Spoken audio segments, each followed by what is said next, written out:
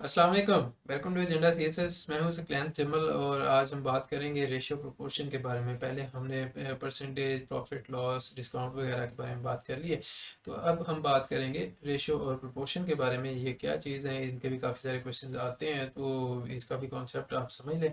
छोटा सा है। इसके अलावा चेन रूल का मे बी नेक्स्ट लेक्चर होगा, मे बी कोई और होगा, दैट डिपेंड्स कि मैं कौन सा बनाता हूँ या दिल किस तरफ से आता है। खैर, लेट्स गेट स्टार्टेड। जिन लोगों ने सब्सक्राइब नहीं किया हुआ वो सब्सक्राइब कर लें और इस कम्युनिटी का हिस्सा बन जाए। अपने दोस्तों के साथ भी शेयर कर दिया करें कि यार ये सर हैं या ये क्लैन साहब हैं जो कि फ्री में मैथ्स के लेक्चर्स दे रहे हैं। इनका मैथ ये खुद कहते हैं कि अच्छा है, तो ट्राई कर रहे हैं कि फ्री में लोगों तक मैथ्स पहुंचाएं, उनकी मदद हो जाए, उनको अलग से फीस ना भरनी पड़े सिर्फ मैथ्स पढ़ने के लिए। So if you find it helpful, आप अपने दोस्तों के साथ शेयर कीजिए ताकि वो भी इस मैथ्स की सीरीज़ को एंजॉय कर सके, उनके लिए हेल्पफुल हो। And may this help them in their exams. और फी आपके यूट्यूब वाले बच्चों के लिए मेरी फीस इतनी है कि आप दुआ किया करें मेरे लिए। ठीक है जी, let's start the video. Ratio proportion. Ratio क्या होती है जी? कंपेयरिंग टू नंबर्स और quantities in a fraction form. ठीक है, अगर आप किसी फ्रैक्शन फॉर्म में दो नंबर्स या क्वांटिटीज को कंपेयर करते हैं तो उसको हम कहते हैं कि रेशियो है। या फिर when two quantities are written in A और B form, there exist a ratio. B जो है उसको ज़ीरो नहीं होना चाहिए।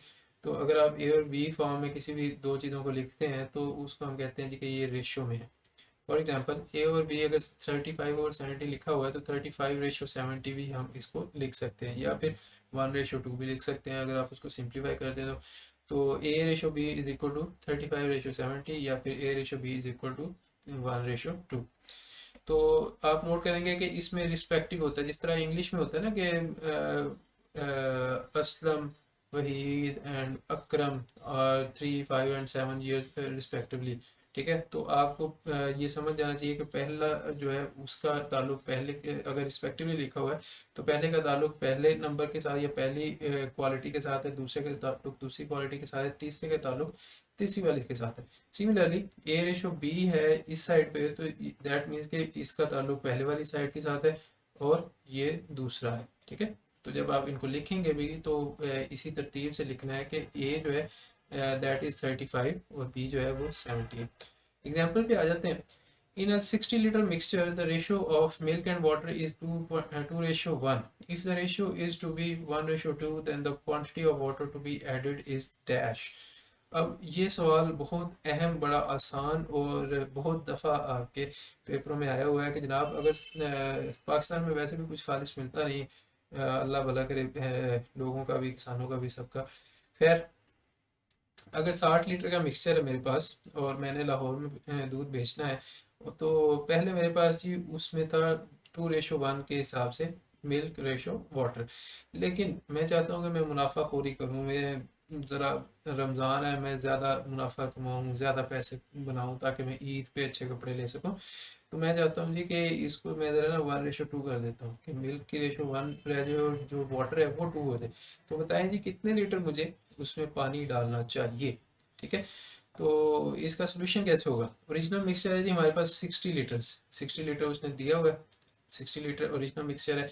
उसमें हमारे पास रेशियो है 2:1। 2:1 के हिसाब से हम उनकी अलग अलग से क्वांटिटी कैलकुलेट कर लेते हैं।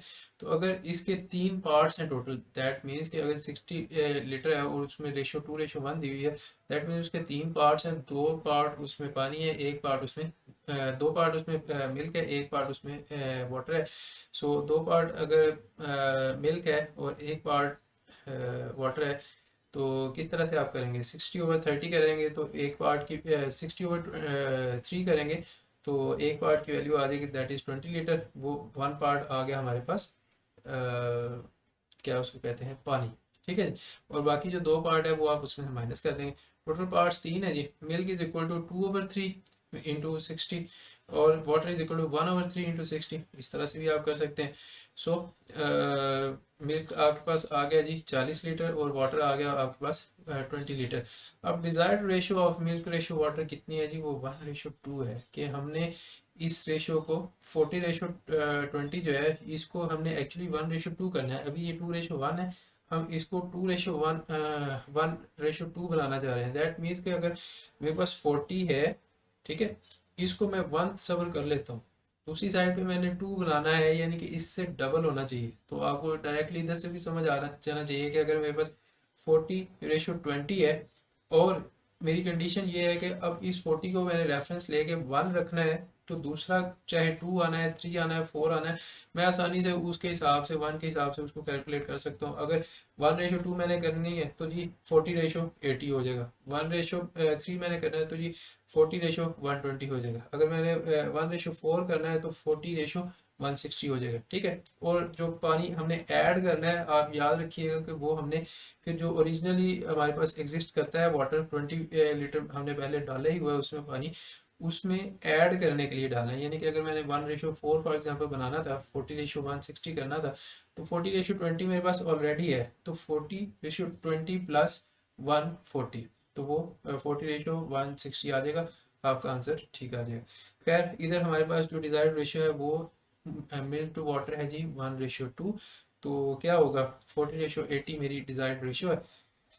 तो if m is equal to 40 liters, water will have to be double of m to achieve the desired ratio of 1:2. So water is equal to 40 into 2, that is 80 liters.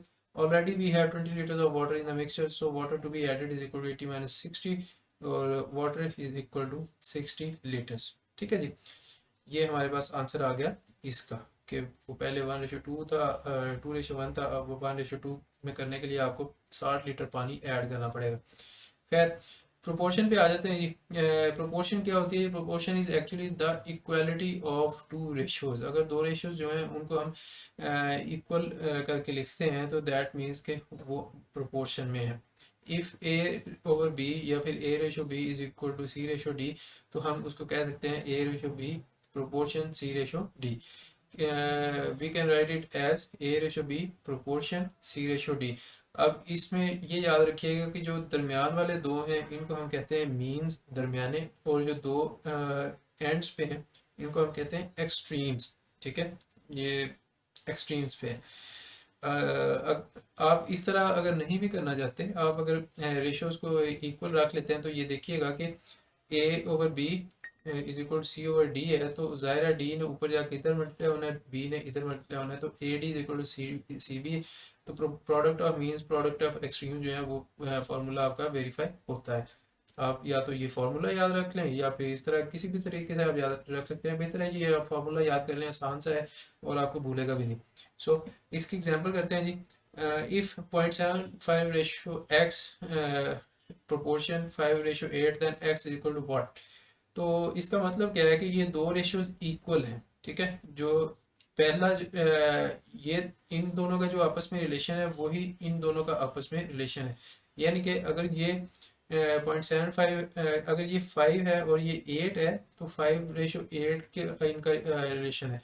तो 0.75 और x जो है उनमें भी उसी रेशो में आएगा कि वो 5:8 में होंगे। आप देखिएगा जब इसका जवाब आएगा तो वो भी 5:8 की ही फॉर्म में आएगा।